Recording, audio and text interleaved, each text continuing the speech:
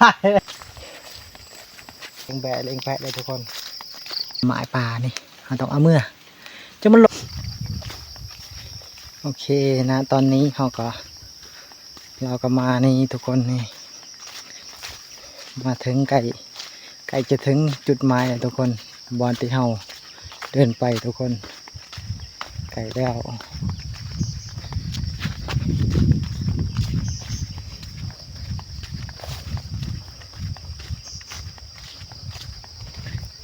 ยังได้กายอย่าลืมไปติดตามรับชมกันเลยทุกคนบรรยากาศรอบๆมีแต่ต้นไม้ใบหญ้าเลยทุกคน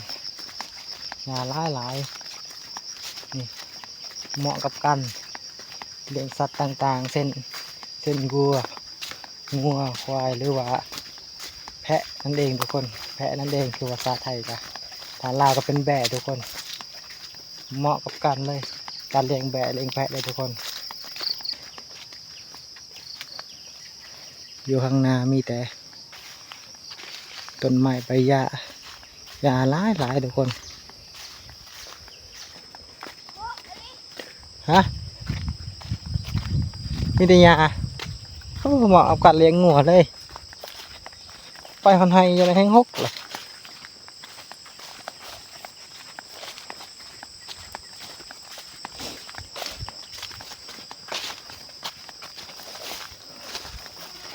เขาบ่ได้เที่ยวย่างทางนี้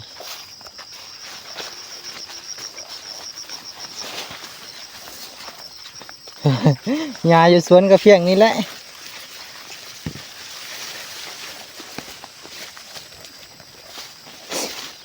โอ้ยามผลบรรยายแห้งคักเนาะดีละตัวสีได้เลี้ยงงัวเลี้ยงแบะจะหน่อยนี่เห็นผลเห็นแผนแล้ว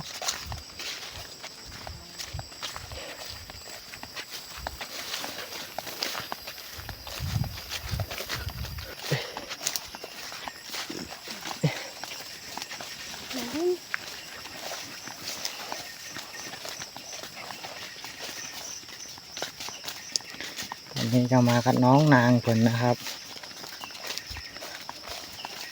ได้ให้เขาปลูกเขาใส่ได้ให้เขาเลยแสดงว่าตัวนี้เขาให้เขาตัวนี้นางเลยตอนนี้นะถามมือนะเขาบอกว่าตามทางไปฮันแหละแต่นาซีเมนต์อีนานี่ถือว่ายองเลยขอเสียเห็นบ่พักอะไรทางไปก็ลอดไปเลยนี่สวยงาม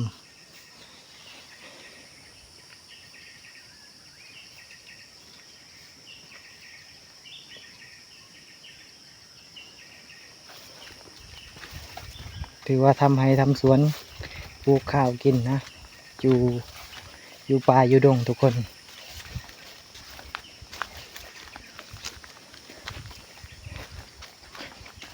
แรกๆก็มันจะเป็นป่าอย่างนี้ครับทุกคนเป็นป่าแบบนี้แหละ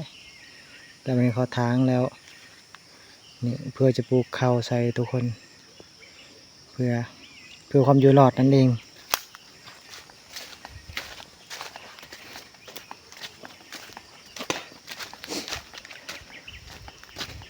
หอ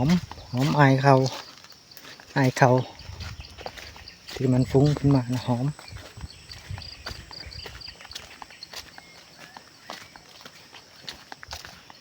มาเมื่อนะ6ปดเขาเสียรอบนี้ว่าเอาแป้นคักไอ้ลิ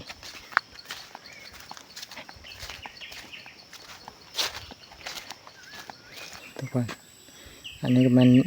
ดินฟังเราทุกคนฟังเฮาส่วนนี้ก็ฟังเขาทุกคนฟังข้าเจ้าที่เขาปลูกเขาใส่ทุกคนนี่ส่วนอันนี้มันฟังของคอยมาทุกคนไปแล้วเขาก็สิเขาไปไหนกันละ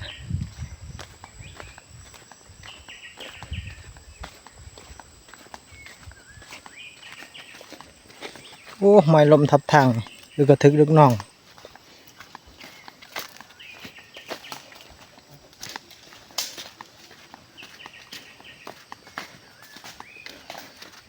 ตอนนี้เขาก็มาหอดป่าแล้วทุกคนซึ่งเขาก็สิจะมาลกหญ้ามันทุกคน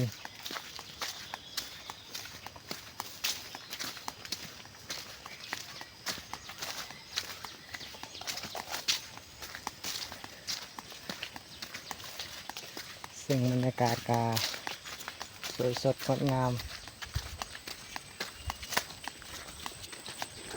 นี่มาถึงแล้ว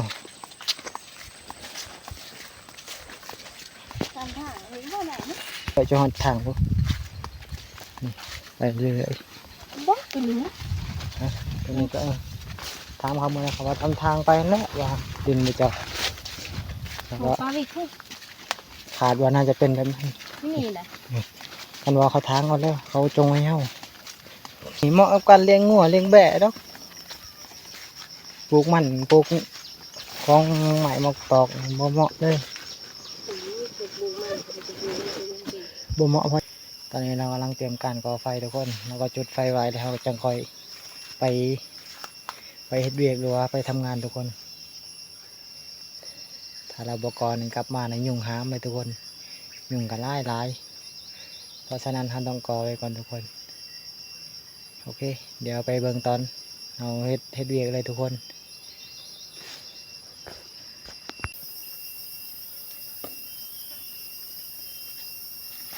ธรรมศาสตร์ทุ่งหญ้าสวยสดงดงามทุกคนเขียวกจีเลย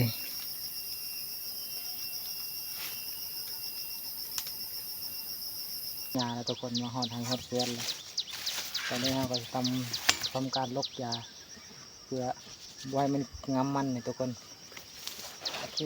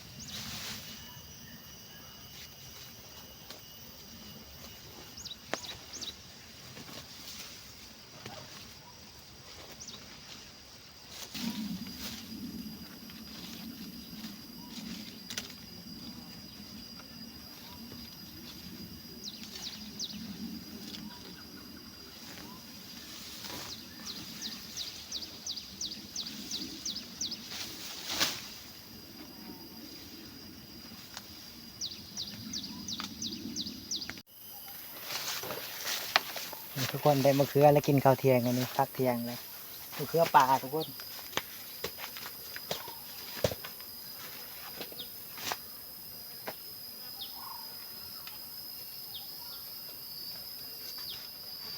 ติดตาเป็นเศร้าด้วยติดตา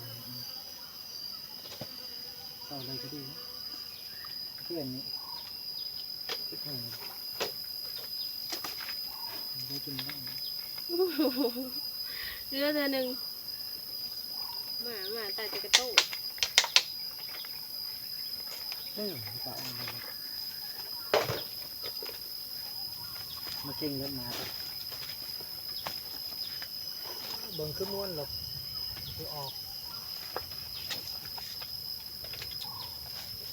มันจ้ายาวเวลาเห็นได้แต่ยาวใหญ่เลยฮะมันไม่มีไม่ยาว thôi nhìnกันแล้วครับแม่ลก ยาวมือก็ลายมีแต่ตัวมีตัวเป็นดอก nhà có mà đến ha đây đi bên mà nhà có mà đến thì còn nữa lúc mình đọc cho này bớt rồi มันไม่ได้มียานี่เป็นก็ nếu phải trên này mặc phải mới chín nam cáiยังลกยังมากเลยครับบางจุ่มอะไรมานอนนี่ก็ห้องโน่นคุณก็พ่อนะบนลงเกาะก็นั่งกินข้าวนะใครก็ได้ครับข้าวเล็ดเรียกแล้วในเพื่อนก็บ่ไป ว้าขี้ขาดนะไม่บอกไม่ดี อ้าวประหยัดลักหนาเลย ตีตาย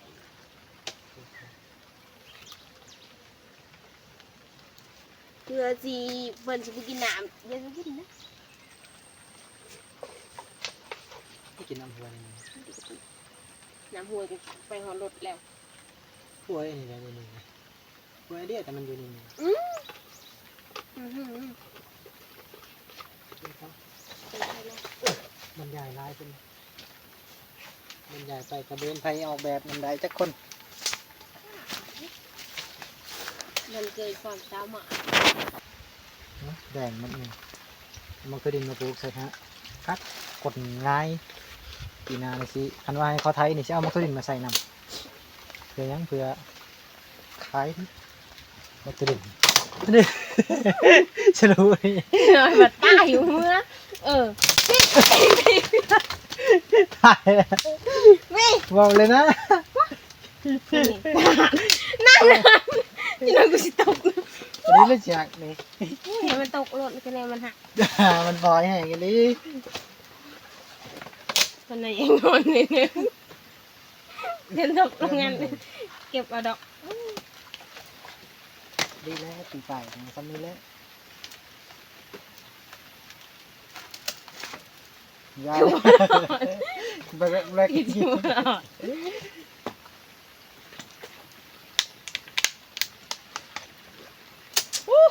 ต่ำมันนี่จ้ะ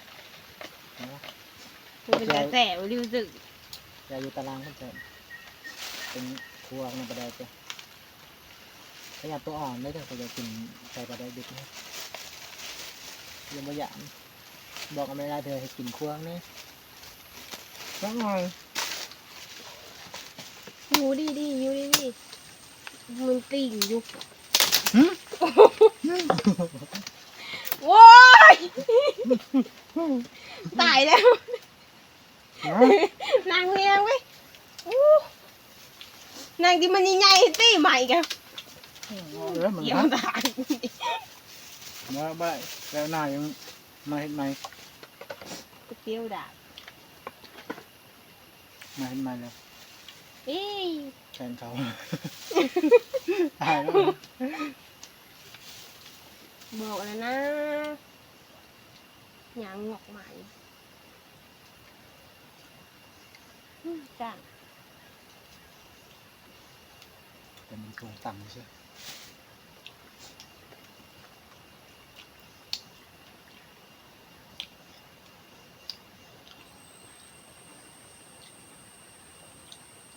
มันเอาลีอยู่สวนนี่เนาะยังแบบบึ้มrồi bơ bơ hút rồi hai bể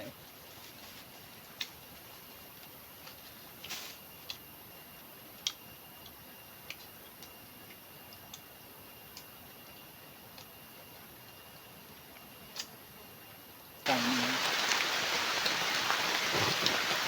เขาบอกว่าผิดเขาก็มี ăn ส tầm บาย này ใจ ไม่ถึงใจ มาได้ก็ดีเลย เอานี่มันดิ่ง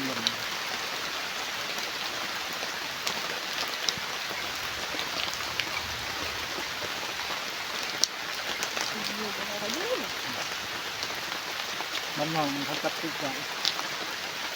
ไม่ได้นะ นี่อะไรอยู่มาเด้อ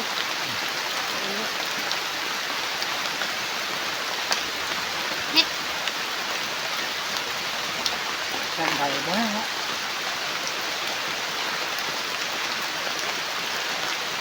ปากคงเลยครับให้บอกหนูบอกอ่ะtừ tại biết mình mưa tại tại màyคือผี này cái sao thống nữa này cái không tay nhất đấy phảiบอกlục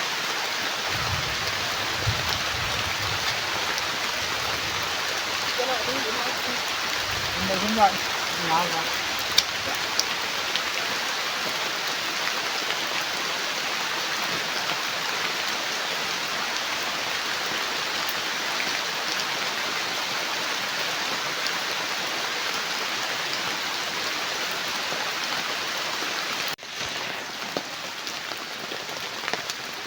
vẫn được không tinh hồng như hay cũng nhà bạn nó mới được phần này mình hay không kinh những con độc hẳn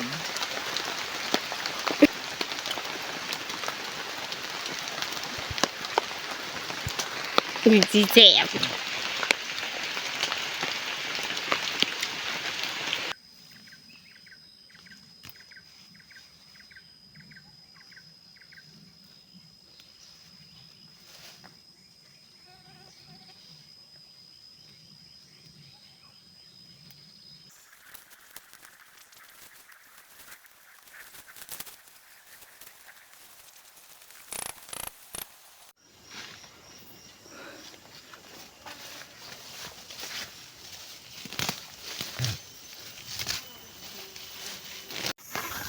ตอนนี้เราก็ไปหาหน่อไม้กันทุกคนหาหน่อไม้และคำเลยสิไปหาซับหน่อไม้เอาต่อแล้วก็สิกลับบ้านตอนนี้ก็อยู่ในระหว่างไปหาหน่อไม้แต่ก็ยังบ่ทันหอดหน่อไม้ทุกคนบ่ฮู้ว่าสิได้หรือบ่ได้ไปรับชมนำกันเลยทุกคนตอนนี้ก็กำลังตัดไม้ทุกคนตัดไม้เพื่อสิเฮ็ดดำเสียมไปเสาะเอาหน่อไม้ทุกคนยังบ่หลอดผ้าฮะ เอาบูว่าพี่ตาย เป็นเอา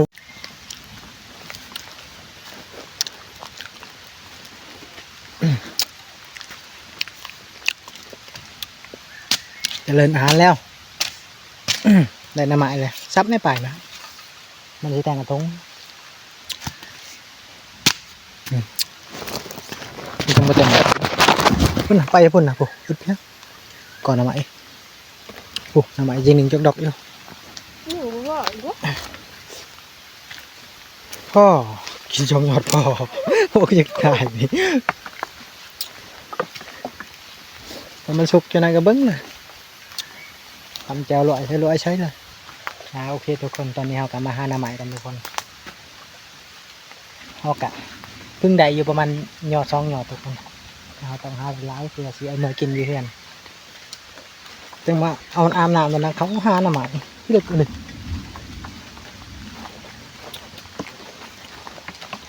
พอถึงชิวว่ามันมีก้อนหน้ำไม้มันมีหวยนี่ถึงมาท้าย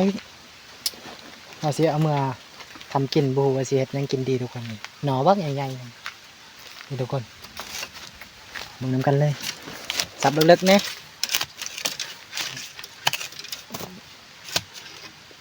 โอ้ยสับเตือนนี่เสียของมันหน่อไม้มันกำลังสิใหญ่ มันได้อีแล้ว ปล่อยลงมาลดยาอะไรนะ นี่ทุกคนนี่อยู่บ้านดงบ้านป่าเราต้องกินน้ำไม้ยังสิได้ทุกคนเนาะทุกคนเจอเลยทุกคนนี่ยอดหนึงนี่กำลังโผล่ออกมานี่เราสิเฮ็ดเมนูยังกินสับเอาเด้อสับเอาเล็กนี่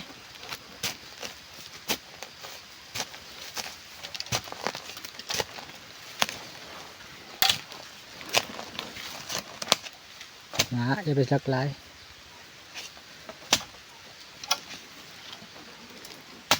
ที่ปวดขาดวะ มันใหญ่ จับลูก ตัดปลายมันเด้อได้น้ำไม้เลยทุกคนที่ว่าได้อาหารกินแรงแล้ววันนี้ทุกคน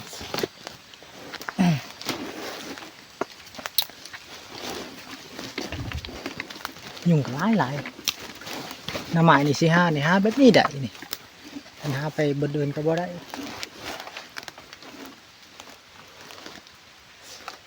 ไปกลับ แห้งแหนมมันแห้งเห็นน้ำไม้ก็อยู่ถึงค่ะแต่เราสิบ่เลาะกันทั้งยังเราสิเลาะลงลุ่มเหมือนนี้เพื่อสิมือออกเลยออกทางมันเลยยังเลาะขึ้นก็แห้งพอน้ำไม้จะแห้งยักเลาะขึ้นเรื่อยๆแล้วเราสิตีกลับอีกเพราะฉะนั้นเราต้องเลาะกลับบ้านทุกคนเจอผลไม้ปลาเลยทุกคนนี่นี่นี่ทุกคนหูเบาหมางยังทุกคนผลไม้ปลานี่เราต้องเอาเมื่อจะมันหล่นเลยทุกคนนี่ใหญ่ครับเลยแดงจึงคือนี่มันล่วงลงพื้นกะ2 หมากทุกคนอยู่พื้นเลยแต่มาเบิ่งกันเลยทุกคนนี่ล่วงลงพื้นนี่ไปได้แล้วเท่มากเลยทุกคนอุปสรรคมีไหวฟ้าพันทุกคนเมื่อย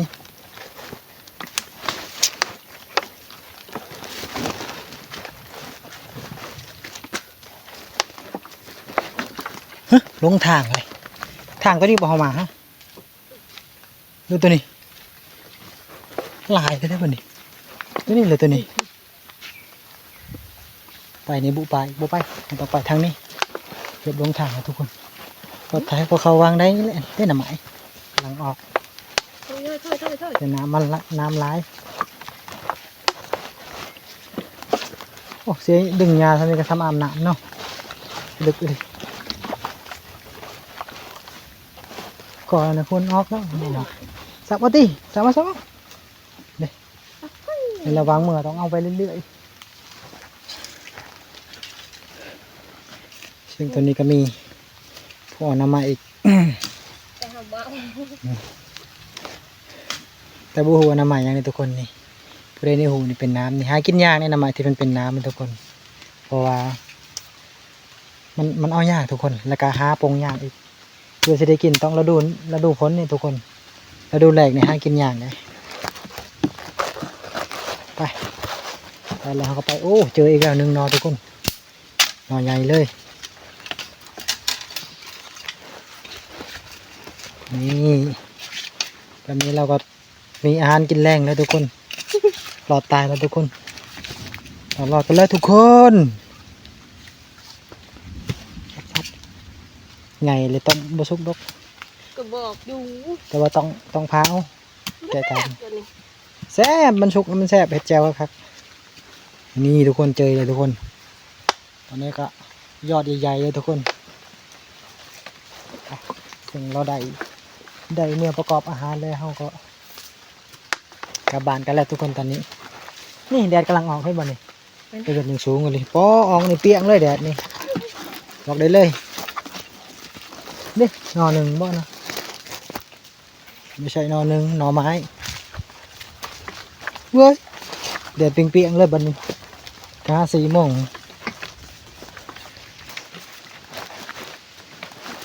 ตอนนี้เราก็เดินทางกลับบ้านแล้วทุกคนเพราะว่ารถเราจอดป้าอยู่ฝั่งนั้น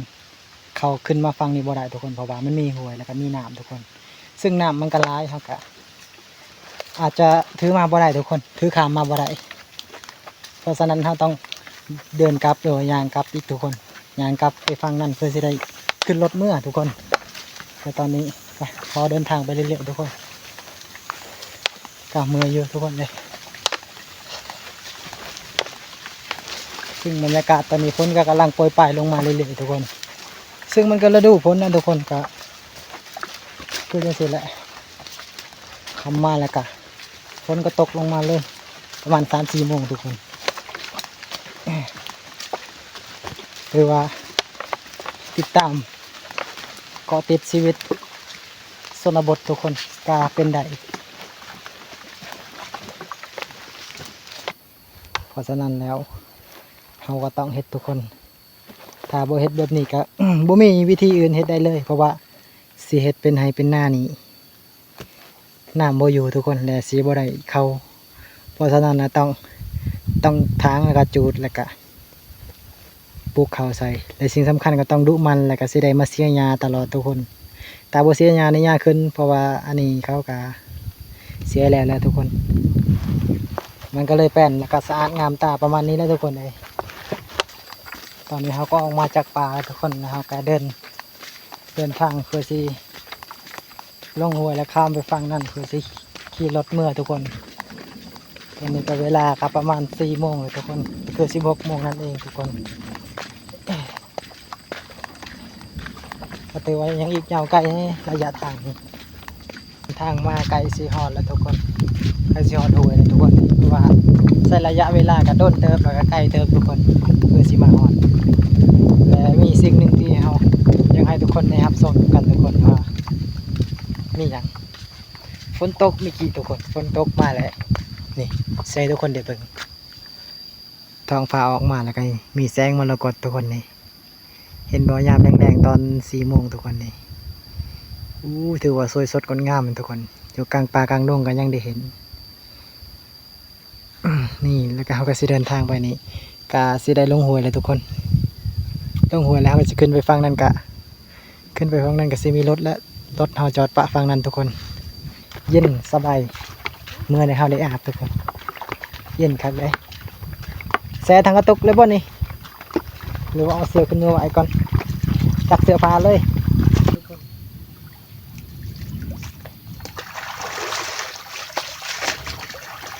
หรือนะคนไปเอาอีกคนมันเป็นหวัดนี่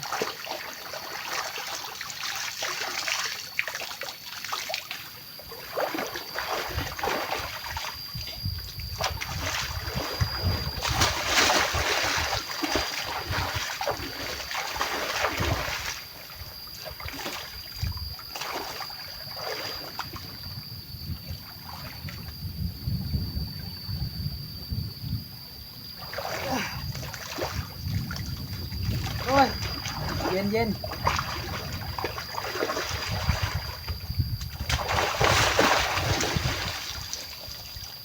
พี่ทุกคนตอนนี้เขาก็สิกลับกันแล้วทุกคนเพราะว่าค่ำเลยตะกอาบน้ำได้แล้วเขาก็สิกลับ